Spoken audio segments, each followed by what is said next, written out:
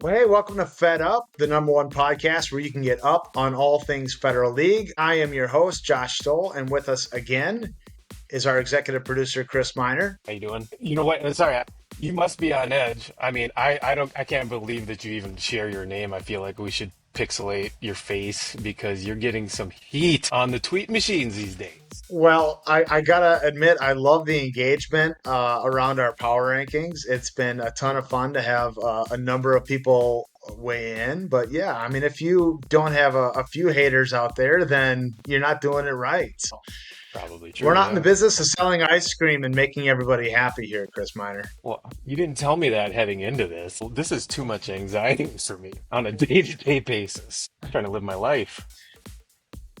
We've got a great episode for you today. A very special guest of the Rockford Rail Splitters, Buzz Hannahan, will be joining us later in the episode. So we are going to give him the full run, the full gamut, and we're going to keep our other segments a little bit lighter this week because he has some excellent stories, and I want to make sure that you guys hear absolutely every single one. Yeah, it was a lot of fun. Obviously, the name is very recognizable, but a lot of people probably haven't been had the luxury of getting close enough to hear some of this stuff. So it was really cool to pick his brain and just hear the different stories. That's the best part of this, right? Is hearing the different stories. So this was no different. Well, with that said, we will still do our Max Bat Scoreboard Roundup light. We will still do our What's on Tap segment, a special announcement will be available to our listeners during that segment. And then, of course, we will hit those power rankings, those ever controversial power rankings. We will go ahead and dive into a new rendition of those as well. First up, our Max Bat Scoreboard Roundup. Well, just about everybody in the league had a ton of rain to deal with. We have an unbelievable amount of makeup games that are yet to be played. But Mother Nature wasn't able to keep everybody down as we had some really exciting games take place across the Fed. We'll start maybe with a victory lap for the host. The Apple Valley A's were victorious over the East Metro Mammoth. Tim Scott versus Matt Grill. It was a matchup that came as delivered.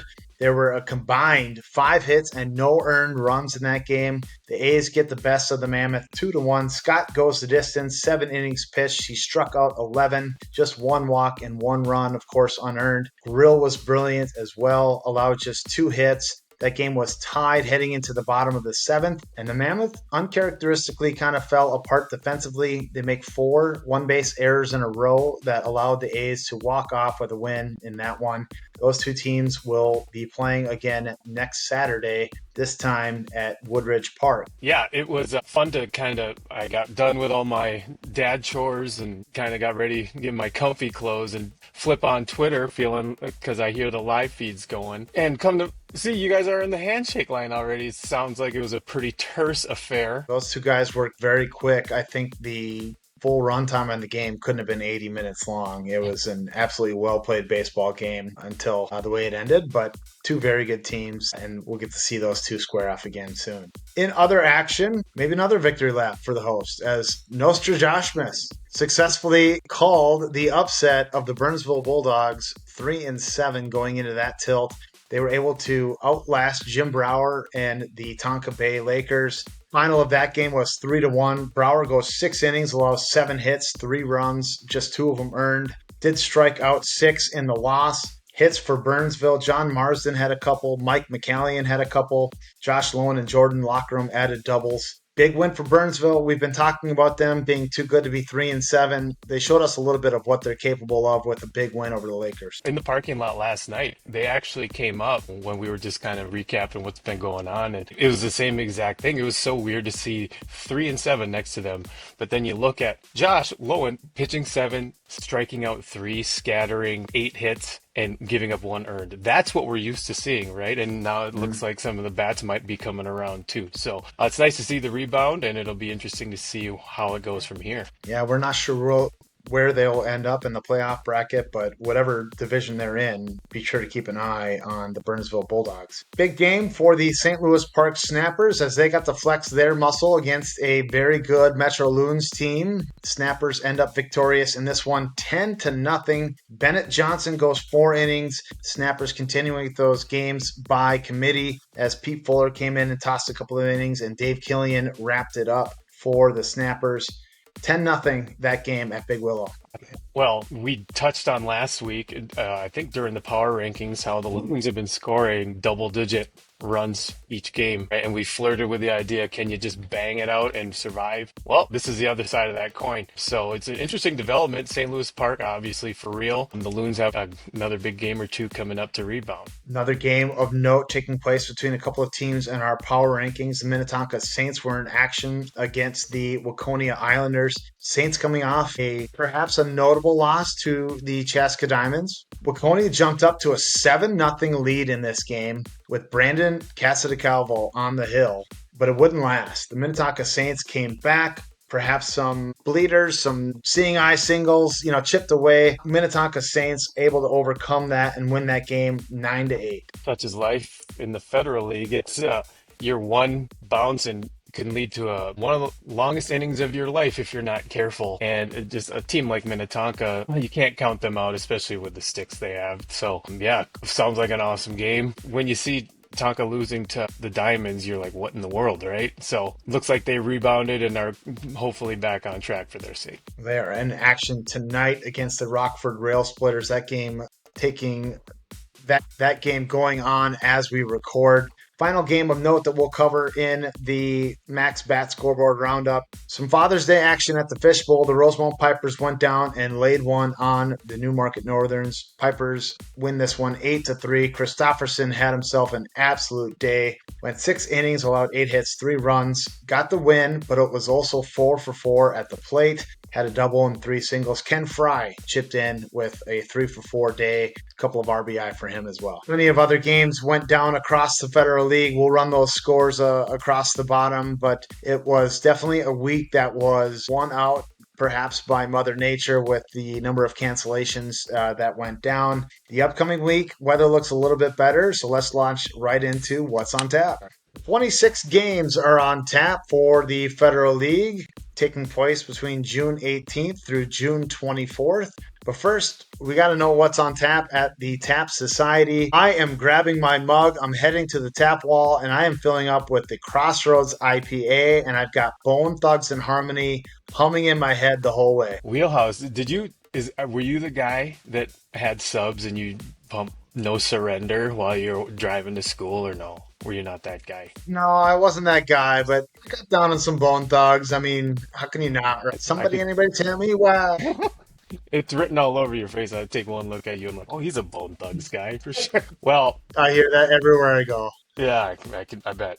Given the temperature is about to ramp up, and I don't know about you guys, but first time I went to California for work, probably like 10 years ago, I stumbled upon lime cucumber Gatorade, which wasn't here at the time, and in the last 4 years or something, I started to see it pop up. So it's my game day Gatorade, and wouldn't you know it, at the Tap Society on the wall, they have the Frosty Cucumber Limeade Hard Seltzer, 6% alcohol by volume. It'll get you drunk! It's natural cucumber flavor blended with limeade for a slightly tart taste, but delight, balanced, refreshing, and revitalizing in every sip. Enjoy on ice or from a frosty cold can. This is from the Urban Growler Brewing Company out of St. Paul. A lot of St. Paul's ties to this episode, so a very apt choice for Mr. Miner. I mentioned that we would have a special announcement during this segment. We are going to be back at the Tap Society on June 23rd, recording an episode with the president/commissioner, Dan Tupper. We are going to be talking about the All-Star Game. We are going to be talking about the Hall of Fame selections. We are going to be asking Mr. Tupper all sorts of great questions and getting insight, hearing some of his baseball stories. but we want you there. We're going to open it up to the Federal League. We thought it'd be a fun experience. We've been talking about this great place, the Tap Society. What an awesome place it is to hang out. Mike Fritz has agreed to open his doors to the league. Very important. This is by RSVP only. We can only hold 70 in the Tap Society. It'd be pretty fun to fill that place up. I don't know if we'll see 77 or it'll just be us, but either way, an unbelievably generous offer to open that place up. There'll be a small fee at the door to cover your beer, and maybe if you're lucky, Mr. Fritz will get the grill going too. But it should be an unbelievable time. Come with your questions. We can have you on and we can get you mic'd up, and you can ask the commissioner some questions as well. No idea what to expect from this. Could be a complete flop, but thought it was a fun idea. Yeah, I feel like we should have a special arrangement for because there are so many decent to good ghost or burner Twitter burner accounts. I would love if Arms and Hammer, South Division Dwayne, I don't even know if he's still around, but get them like their own like private room where they can keep their anonymity and not risk blowing their cover. That would be in a perfect world. I'm afraid that's not swingable. So if you want to come with a mask on or in a voice changer, cool. Or you want to just come under your real name and just not tell anybody, that's cool. Or if you just want to watch the episode when there's 3 guys in there and 2 of them are us, that's cool too. Again, I have no idea what to expect, throwing this offer out there, but thought it would be fun to just have a chance to enjoy the Tap Society, build a little community, and give people a little behind the scenes peek as to how these episodes come together. Yeah, absolutely. It has potential to be fun. And look, it's just a fun thing to do, and just chopping it up with baseball guys is never a bad thing. Whoever shows up will be engaged with you for sure. I mentioned there are 26 games that we can look forward to covering on next week's episode. Let's highlight a few of them in our What's on Tap segment. I have to start with Thursday, June 19th, Tonka Bay Lakers versus Minoka Grays. They are some of the top teams in our power rankings week in, week out. You got to expect that Brower's going to go on this one again. That game is at Big Willow. It's at 8:15, and I know I will be there if I can make it. Another game I'm looking at taking place at Lions Field. The Metro Loons will take on the Waconia Islanders. A chance for the Loons to prove once again that they belong in a power rankings after a lopsided loss against the Snappers. Well, everybody runs into one, and we've all pissed on the seat from time. Our team's been really good at it this year, so it happens to everybody. But look, and then Waconia had a little hiccup too, so both teams kind of coming off their first real blemish, right? So it'll be interesting to see how both respond. Waconia finally getting some games under their belt as they will take on 3 different opponents, and next week they will also take on the Tonka Bay Lakers at Lions Field as well. Then they will travel to Chaska Athletic Park to take on the Diamonds in what could be another trap game spot and a chance for the Diamonds to pull an upset. Yeah, like trap game. It's wild that you use the word trap game when you're talking about Federal League baseball, but it's for real. Like if you're looking forward, you're going to get nipped, and it's bound to happen to anybody. A couple of big games for Lonsdale as well. They will take on the RC Rockets at Trent Memorial Park. They will also take on the Rosemount Pipers at Rosemount High School baseball field. Lonsdale wins one of those games, stays competitive in the Rosemount game, maybe pulls an upset. That's going to send a message to the league. Yeah, I mean, we can't fault them for who they've played, right? And they've basically taken care of business thus far. This is when the tests come in, and it's going to be more of this week to week. We're going to be saying the same thing. This is when it ramps up. This is when they prove themselves, whatever. And each team's going through that right now, and I think this is the perfect time for them to establish what they are and, like you said, send the message. One last game I'll feature here on the FedUp schedule, the East Metro Mammoth. I mentioned this earlier, playing host to the Apple Valley A's at Woodridge Park. We're not going to get Scott versus Grill again in this one. Mr. Scott is out of town, unfortunately. So I think we'll get perhaps a less notable pitching matchup. But I think I'm going to go on that one, and it'll be Stoll versus Grill. So maybe a little bit higher scoring, given the short fences there at Woodridge. But we'll see who ends up going on top. Oh, Woodridge, really? Oh, that's fun. I mean, you know me, or just as well as I do in the rest of the league, the Mammoth are really competitive, and they're all really nice guys, and they're polite. But they want to get you back, so that'll be fun.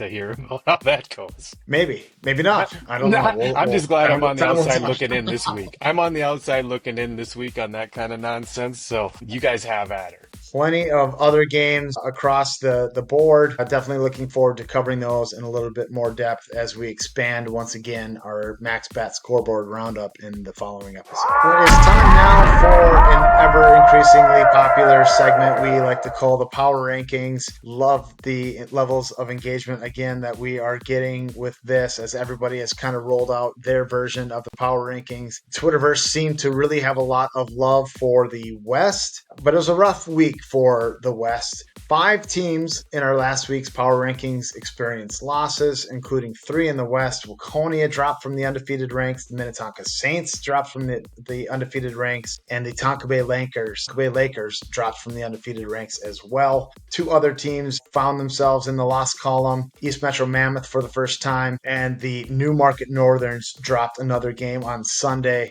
With that said, my Power Rankings are resolute.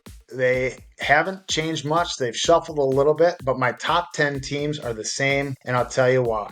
We've got Lonsdale now sitting at 6-1, which is impressive. You mentioned that they've only played the teams on their schedule so far. I think they've done a good job of maybe scheduling themselves a softer schedule up front, but they still haven't beat a team that's above 500. So once Lonsdale goes out and they get one of those quality wins, then perhaps we can entertain putting them into our top 10. They'll definitely, as we mentioned, have a chance to do that this week as they have some very notable games coming up. As it stands, I've still got them on the outside looking in. Yeah, but the reason I mean, intentional or not, if you're intentionally scheduling a lighter schedule up front, it's usually to get your squad ramped up to be playing your best ball at, say, starting this time of year. So it might be the perfect plan, or they might be in for a slap. Who knows? But yeah, it'd be cool to see them because they're a good bunch of dudes, and just more chaos in the South is good for ratings. Couldn't agree more. The Apple Valley A's had a nice week in their only game, beating the East Metro Mammoth, but that team sitting at 6-3 still has a little bit more to show me that they belong. They'll have a chance to do that one more time with the rematch with the Mammoth.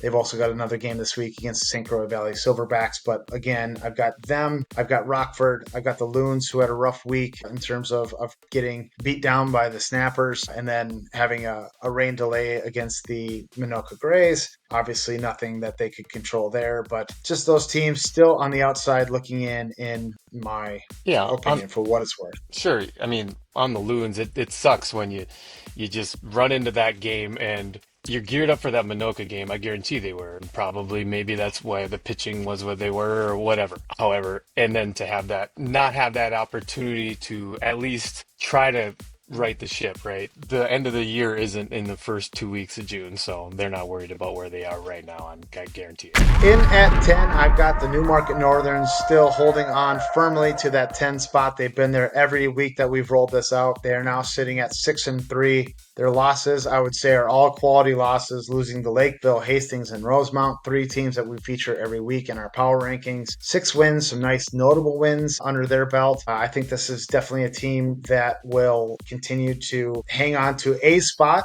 in the power rankings and one that we'll see in the AAA come August. Yeah, looks like they have Northfield and Milltown both on Sunday. I mean, the challenge there, I mean, you can get bit, right? But you think the primary thing is you got 2 games in one day. What's your pitching like? But they take care of business. That's 2 more wins under their belt going into another week. Issues. We do have a swap at the 8 and 9 spots. Waconia drops to 9. Minnetonka raises to 8 on the strength of their comeback victory against the Waconia Islanders. We'd definitely be looking at and talking about the Islanders quite a bit different had they held on to that massive lead. But we play 7 innings for a reason. Saints come out with the win on that one, elevating just 1 spot. Might be talking about them in a completely different way if they would have not dropped that game against the Diamonds as well. Right. I mean, they're playing a tough division, and as they're just getting ramped up, a lot of these teams might have a head start on them. But you look at how many runs they're scoring, 57 over 5 games. And allowing 25 run differential is pretty decent. So you're right. Is it an anomaly? What happened? It just kind of letting one get away.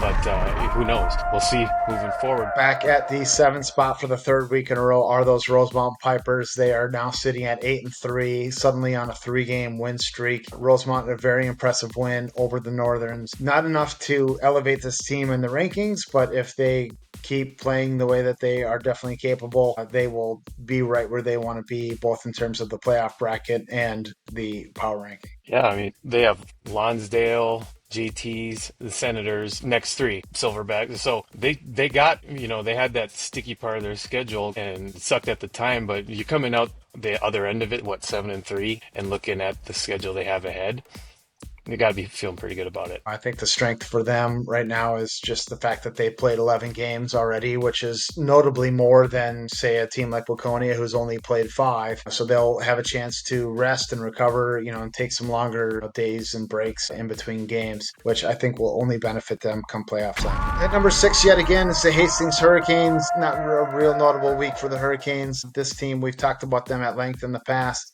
We're going to keep moving along, but the Hastings Hurricanes definitely one to keep an eye on.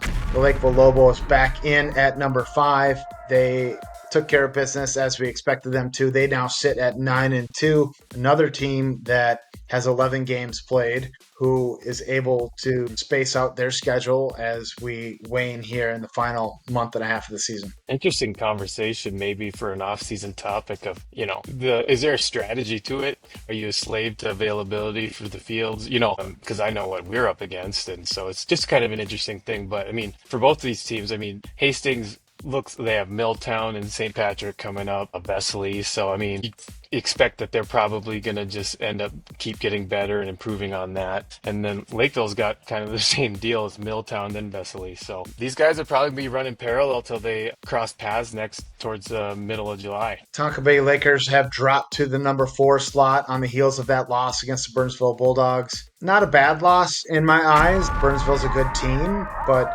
maybe just a little bit telling that some of those offensive issues might still need to be worked out. Maybe this unit will gel a little bit more as they come down the stretch, but Tonka Bay's got a really difficult upcoming stretch of games. They will see Rockford. They will see Minoka twice. They will take on the Minnetonka Saints, I believe. This team will have plenty of opportunities to show us exactly how good they are coming up, but for now, in at number 4. The one thing I will say is you can always count on you got good pitching, you're in the mix, and that's the backbone of any great team in this league. Dropping a spot as well are the East Metro Mammoth. Losing to Tim Scott, nobody's going to fault you for that. I think, in my biased opinion, he is one of the best left-handers, if not one of the best arms in the league. He was absolutely on fire for that game. But the Mammoth do drop a game and drop a spot in at number 3. Yeah, join the club, those who've been on the wrong end of a Tim Scott outing from the offensive side. They got you guys, but their schedule, though it looks kind of here and there busy, it doesn't look too taxing for as far as Mammoth standards go. So I think they'll continue to figure things out and just kind of lay in wait. And then when it's time to ramp things up in July, you'll start to see them become more who they are. Up a spot to number 2 is that 3-headed monster of Heaslip, Gurmar, and Wilson. St. Louis Park Snappers seem to have it really going right now. They are 7-0 and have seemed to found a mix that really works for them. Yeah, it hasn't taken them long to gel. First real big test maybe we would say would have been that Loons game and 10 rip, so they have a lot to be excited about, and we feel like they're just starting to figure it out, right? So who knows what the ceiling is for them. In at number 1 for the 3rd week in a row are the Minoka Grays. Just keeps getting better for the Grays. They are 8-0. They have announced that Alex Gonzalez is back in the mix. He's already got a couple of games under his belt. We have seen Bub Lovis now, who've come back, and he has pitched well. To add those arms and those bats to an already deep lineup with Schroeder and Nelson firing on all cylinders, MVR contributing every step along the way, the hitters that they have with Matt Johnson, it's just an unbelievably deep lineup. But they're going to get their metal tested as well as they take on Tonka Bay next week. Yep, and don't sleep whenever you face like St. Anthony. The way that they traditionally play, they're a trap game waiting to happen. And then they got Rockford, and then Tonka Bay again. So yeah, you're right. We've heard them be criticized for whoever they have to play, right, or what division they're in. I know they're out to prove a point in this stretch of games coming up, and they have the firepower to do it. They've proven it 2 years in a row, and for years before that even. So it'll be fun because you never know what's going to happen, especially when we talk about how good the pitching is in this league. Miss if I didn't mention Joey Olson's name in that lineup as well. Just an unbelievable group that is so deep that it's easy to leave people out. But number one, again, Minoka Grays, two-time defending Minoka Grays. That concludes our power rankings for this week. It is time now to bring on a very special guest, Buzz Hannahan of the Rockford Rail Splitters. This is a guy who has played baseball at some of the highest levels available. He has some really great stories, and I can't wait for you to hear them. So let's bring him on. Well, I have a very real fear of eventually running out of interesting people in this league to talk to, but today is not that day. We have an unbelievable guest, courtesy of Todd Haig of the Rockford Rail Splitters. Thank you very much to him for setting us up. But Buzz Hannahan, welcome to Fed Up. So excited. Thanks, guys. Been following, and Hagee talks about you, so looking forward to my 45 minutes with the Fed Up boys. Yeah, we are too. Just doing my homework for this segment, I came across a number of fun stories that I'm really excited to unpack with you and just verify just how true some of these are. But before we get into that, I would love to hear your baseball story. Yeah, so I think a lot of them start out with dad, right? And my dad was a park and rec guy at Linwood Playground in St. Paul. Loved all sports. Baseball being number one. I grew up listening to Paul Molitor and Dave Winfield stories at Linwood Playground. Remember the Brewers, being in the World Series and having the backyard and scoring books with dad, and just fell in love with the game. My dad was I think he's one of a gem that doesn't exist today, where growing up, he was the coach that would show up for the draft and would always say, give me the worst guy.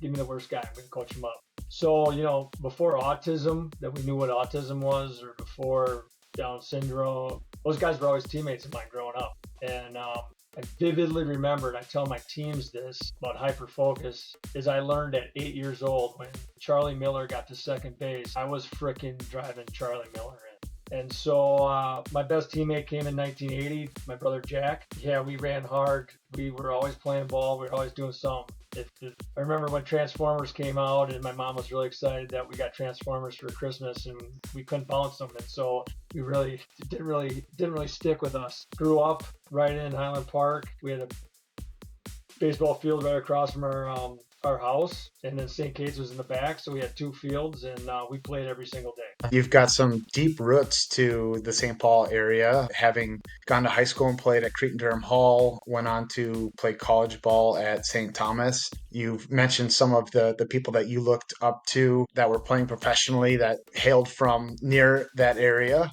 What was getting drafted like? What do you recall about that day, and what did that mean to you personally? Wow, that's a great question. Yeah, I went to St. Thomas for a business degree. I was a good high school player. I wasn't extraordinary or excellent by any means. Growing 5 inches in college helped immensely. Scouts would come around junior year. Thought maybe I had a chance junior year. Been a really good year. Tony Fisher, classmate of mine, above me, went to the Rangers a year before me. And so kind of was in my mind, I'm like, I want to do this. But you never know, especially being a D3 guy. Then the scouts started coming, and, being in Minnesota, the weather and this and that. There was sporadic scouts here and there, and then we went down to the regional against Oshkosh. And I had a really good regional, and they were all back there. And one of the most memorable parts of my life, when Dennis Denning, who was a mentor, had him at Cretin, following the St. Thomas, got off the bus, with the season being over, and He said, you're going to get drafted. First day went on, and then I went in the 31st round, day 2, with a friend and former teammate of mine to Craig Slander. So that was really fun. We were at Dunning and then came home after a town hall game or whatever and answered the phone. And it was great. We had a great party. Sure, that was a very special day for you, a very special day for your family as well. You had an unbelievable minor league career, all within the Phillies organization. You spent 7 seasons with them, playing at nearly every level from rookie to low A to high A, double A, triple A. You must have grown up and played alongside of, some of those Phillies greats through that time. Jimmy Rollins, Ryan Howard, Bull Hamels, any of those names you share a locker room with? Yeah, all of them. Ryan late, but Jimmy was drafted before me, 97. Utley was 99. Being a middle infielder, obviously worked out a lot with those guys. Great. What I really appreciate about the Philadelphia Phillies, they were real old school.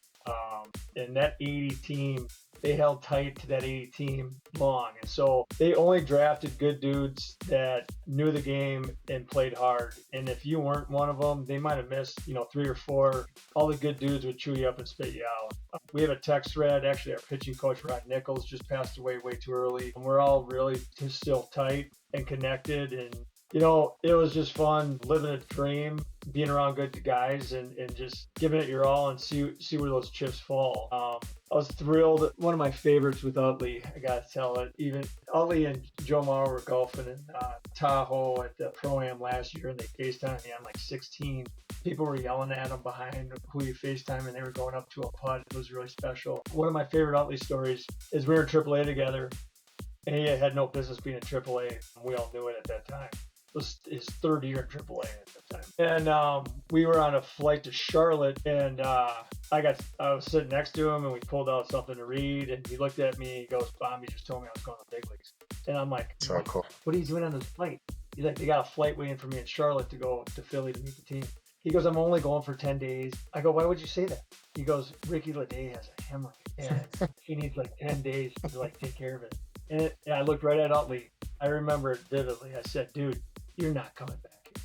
And he never came back. So he went on to have a very stellar major league career. You were a guy that was known to be able to play a lot of different positions and be pretty versatile, maybe even a coach's dream from that aspect. But was that kind of really out of the competitive landscape that you developed those skills, or were those something that you entered the Phillies organization having already under your belt? Another great question. No, I mean, I was an athlete. I played short second. But as the 144 games go on, and being a 31st round draft pick, being a D3 guy, I was going to be a utility guy. And so as you kind of earn the right and the manager wants to keep you in the lineup, they come to you and say, Buzz, can you play third? I go, hell yeah. I want 40 feet. When I got later in my career, that super utility was a really big thing. And so they looked for opportunities for me to play the outfield, which I actually really loved. I went out to the outfield, same exact thing, to any way to impact your team and get ABs and to be seen that you can do other things besides short and second. Something else you were known for was your ability to put the ball in play. There was a season you had struck out just 29 times in 405 at-bats across 3 levels of minor league ball. What do you attribute that to? Did you take a different approach, maybe with 2 strikes, or what in your development really led to that ability to avoid the strikeout? That's twofold. So one, that was coached in us early. Watching these major league games right now is exhausting. It's just pathetic. That came from Dennis Denning. Be a tough out. Also, good things happen when you put the ball in play. Then when I got to Philly, they embraced that also. And then also, one of our hitting coaches said, Buzz, speed never has a slump. So I ran really well. So kind of that combination of kind of knowing my role and what they wanted to see, and then also kind of how I grew up and what was coached to me really transcends that. And I actually passed it to my team today. You got to put the ball in play. You can have 2, but give me 1. Give the team 1 at the end. Here, so I'd imagine as someone coming out of college, just getting drafted, if you get drafted and you're coming into a system, your focus is probably on improving your stick, your defense, your base running if you're a pitcher, your location, what have you. As you get older and you start to carve out your role and start to realize hey, I'm going to be used for running a lot more situational. Do you start to condition, take care of your body differently than say you were perhaps if you were thought you were playing every day in the outfield or something like that? I don't know if you really I don't think you really change anything you condition. I mean, we all conditioned it was pretty firm. But I think you do take more pride. You take more pride in it, where you look at, Robert stealing pitch running and stealing second in that Yankee Boston series and changing the entire series. So I think you understand, like, wow, I could make a living being that guy. I think you pay more attention to it, but I don't think it changes like anything you do or condition wise. Maybe just having that mental during a game, if you're not in the lineup, staying in the game, thinking like, oh wow, I could impact this in the 8th and 9th inning when Howard gets up on pitch running for him. To start unpacking a little bit of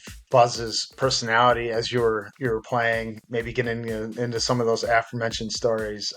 You had a teammate that was quoted as calling you a combination of Yogi Berra and Plato. You were the clubhouse philosopher, known for writing messages on the team whiteboards in the locker room. One such example: if you're early, you're on time. If you're on time, you're in the bullpen. Why did you start doing some of that? Do you recall any of your favorites of some of those nuggets of wisdom that you dropped on the clubhouse? Jeez, that takes me back. You embraced it in Reading. I think that's the Reading quote.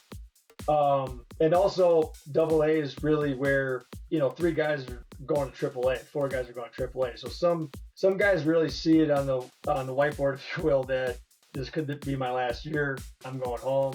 I'm done with my 6-year contract.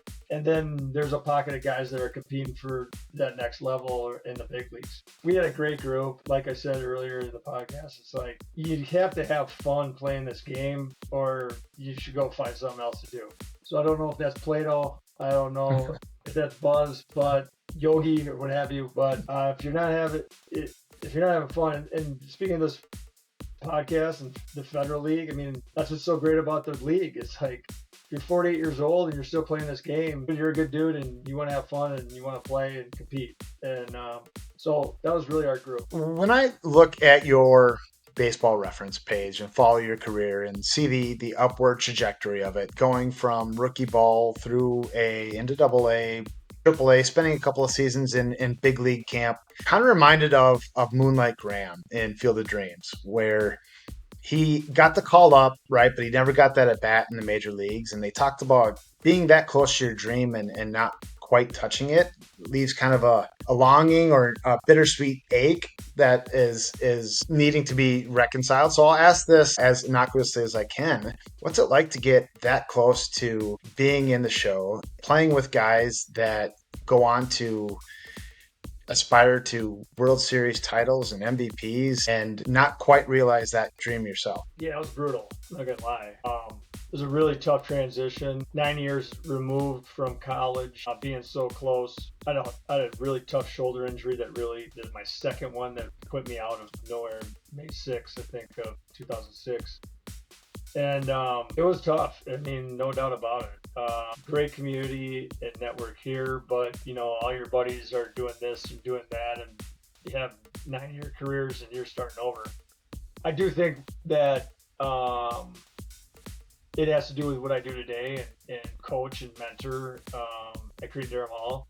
And I also think it's why I still play and love the game still, which is ironic. You think about the pain that can bring and the mental toll it can to reset that, and also the impact on the family too.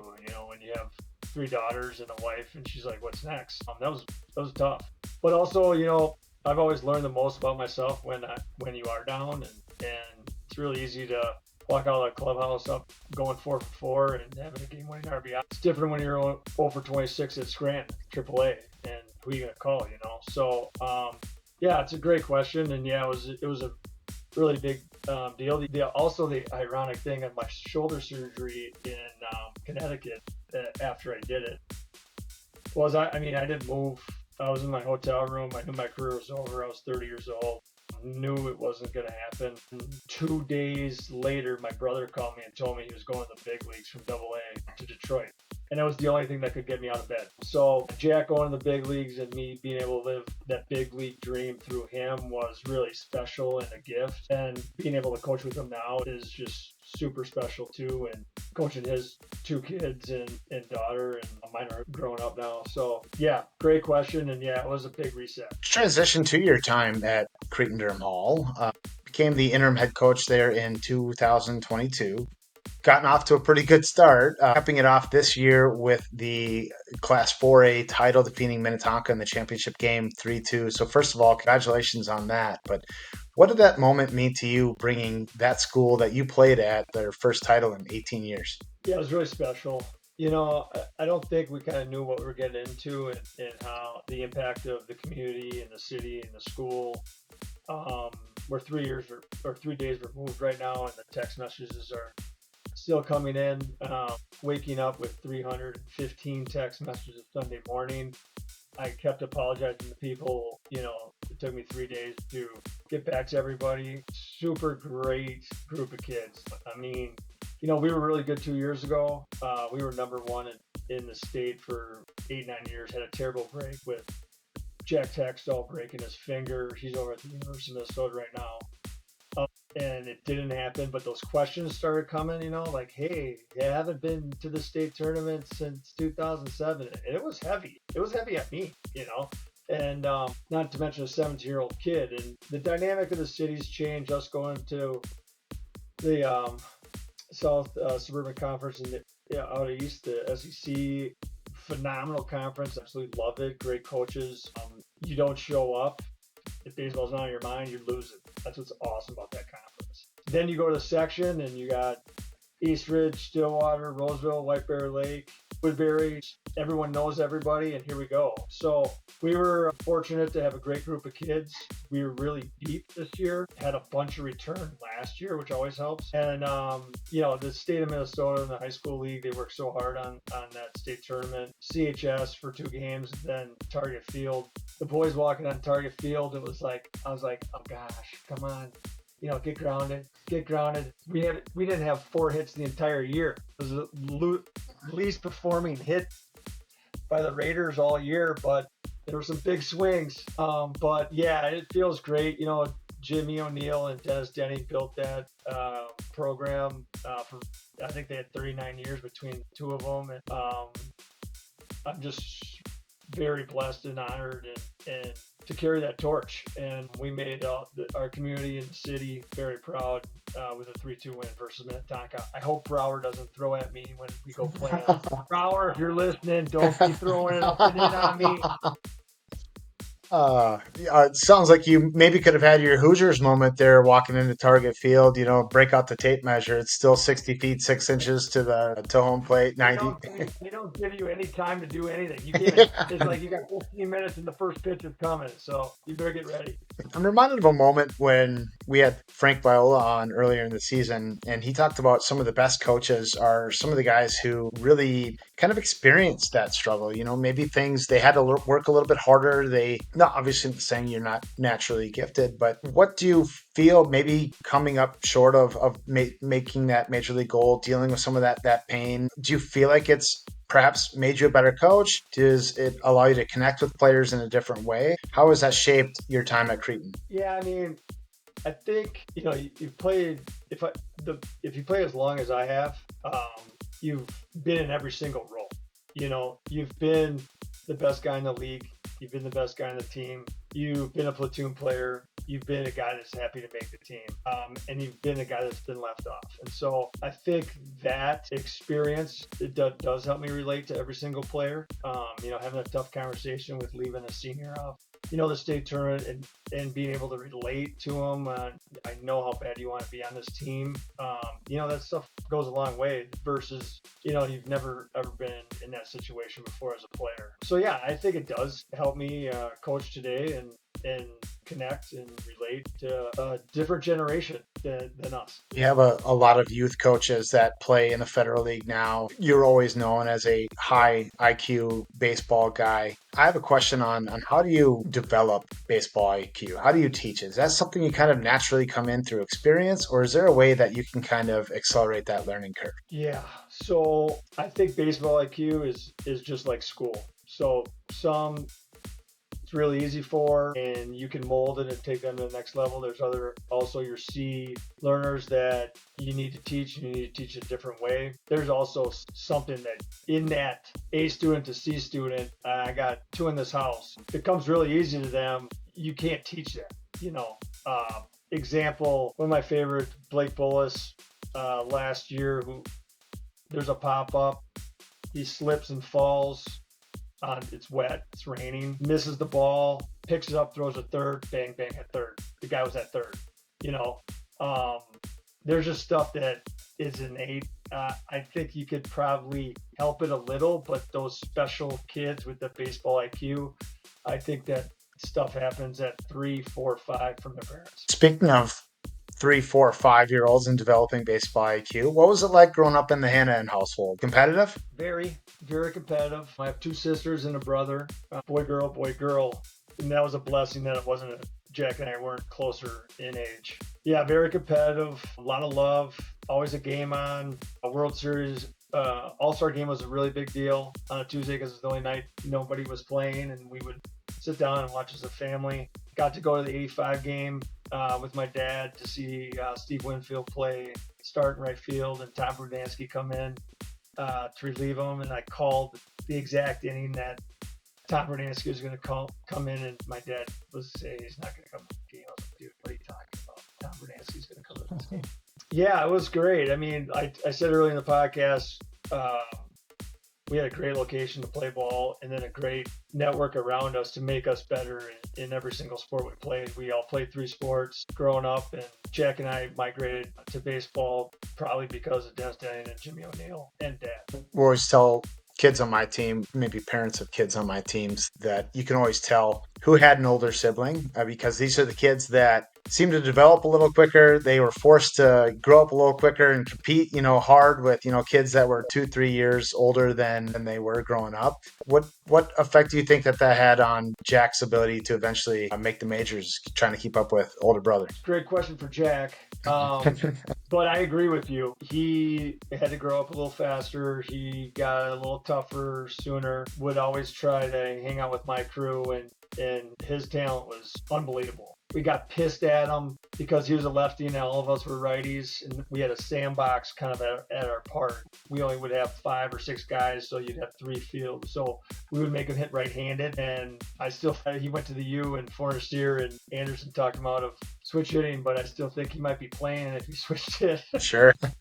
Would love to transition a little bit to the Federal League. Would love to hear your story of how you became aware of the league, how you ended up finding Todd and the Rail Splitters. Yeah, so I found Todd and TJ and Loomis and those guys down in Florida, the Roy Hobbs. I have a friend of a friend that knew Boomer well, and they connected me, and I said no for a while, and then the stars aligned for me to go down after MEA weekend because that was a hard no-fly zone for the wife and family. And had a blast with these guys and just a bunch of great dudes. And it's crazy how much you feel recharged leaving after playing 9 games. But I told them that I didn't play. I just showed up. I just showed up to play. And they're like, dude, you got to play summer and fall. And I was like, I don't know. I coach. And so they talked in the most ironic thing was Rockford was right down the road from my office at the time. Bone Foam has an office right there in Corcoran. And so I was like, wow, this will really work. I can work 9 to 5 and then go to the ball field in Rockford. So yeah, I mean, great.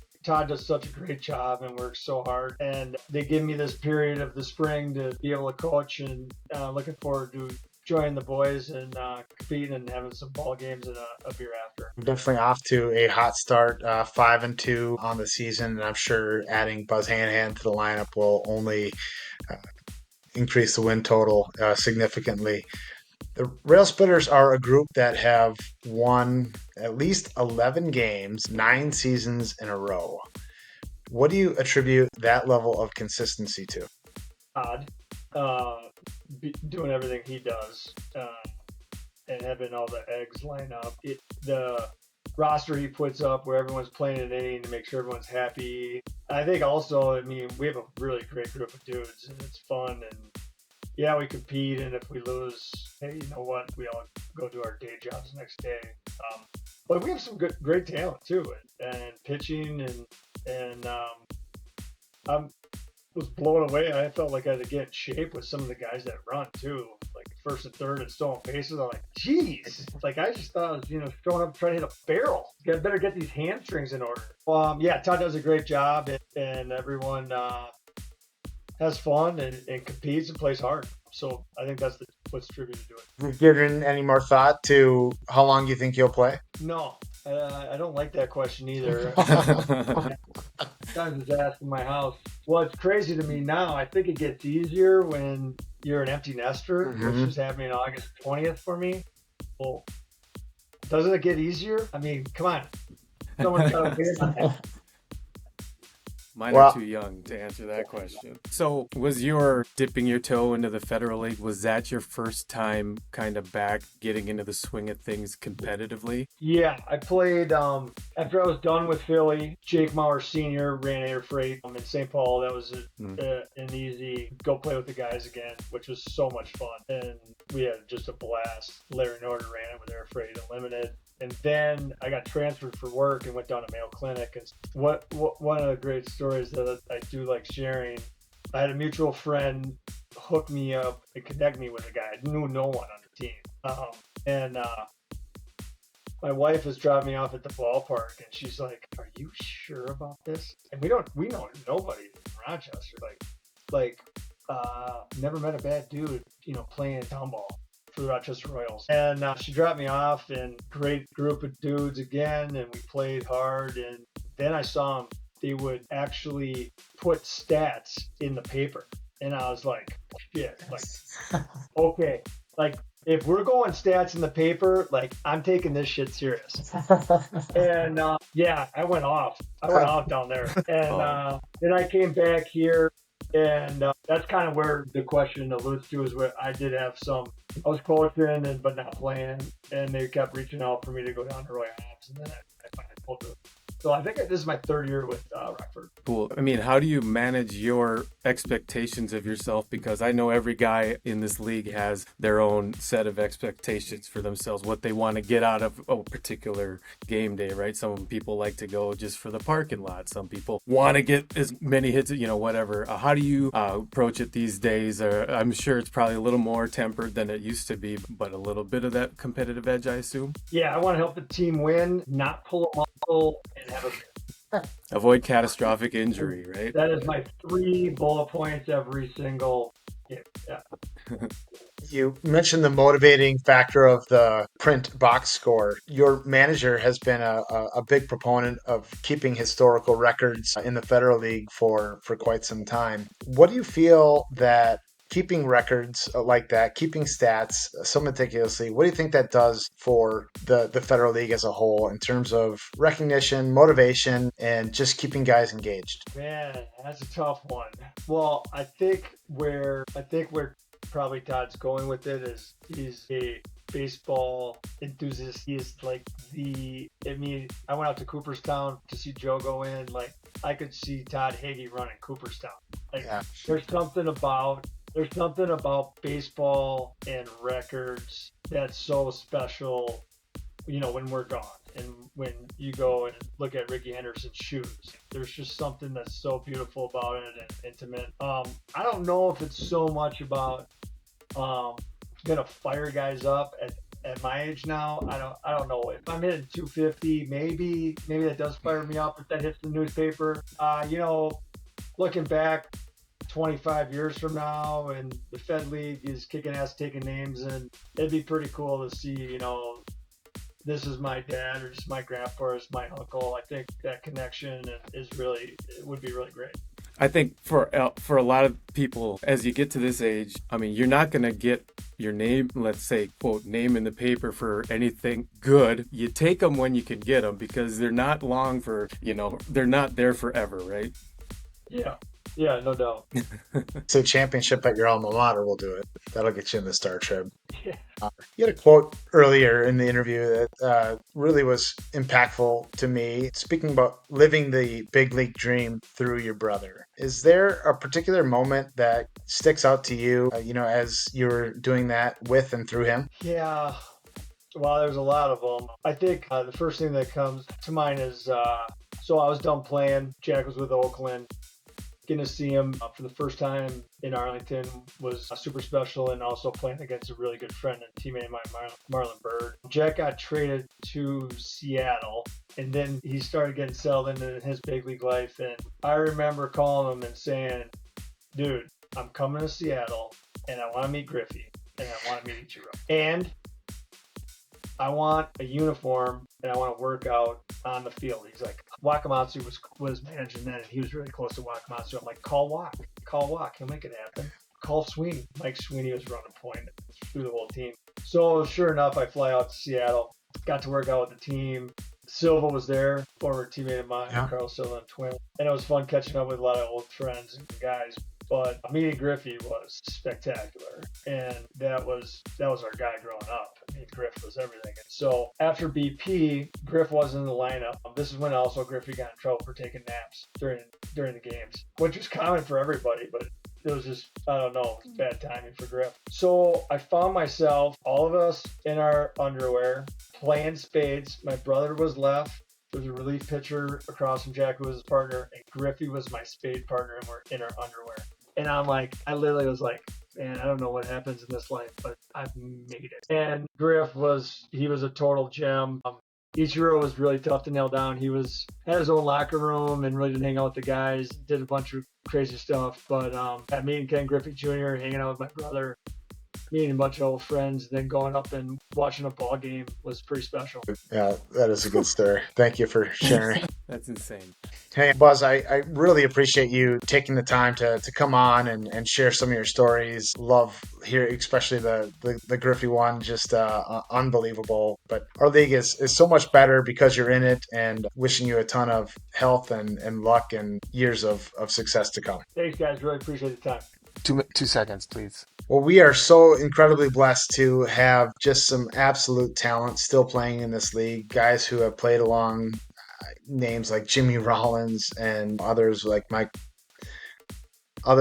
Meyer with Mike Trout. And we are so blessed to have these guys and their stories in our league, and can't thank Buzz enough for coming on and sharing what he did. It's interesting coming from where I came from, up north, Wisconsin, pretty rural area. Just the fact that we're getting to chop it up with guys that have been there, done that, whatever, is bonkers to me. So it's not lost upon me how rad this is. So having this lined up, and the chat was just awesome. So I was glad to be a part of it.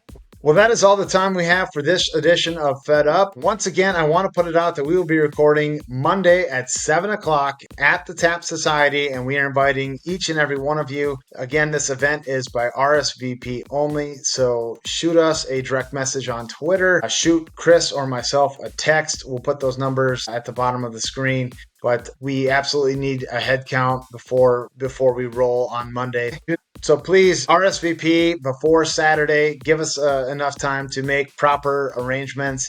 We would absolutely love to have you be a part of that audience, be a part of the show, ask your questions, and build on our fun Federal League community. It should be fun, regardless of how many people show up. I'm going to have fun. Well, I'll be having some Foggy Geezer too, so looking forward to that. 26 games going down on the Federal League schedule between this episode and when we record again on Monday. Looking forward to covering some of those with you at the Tap Society.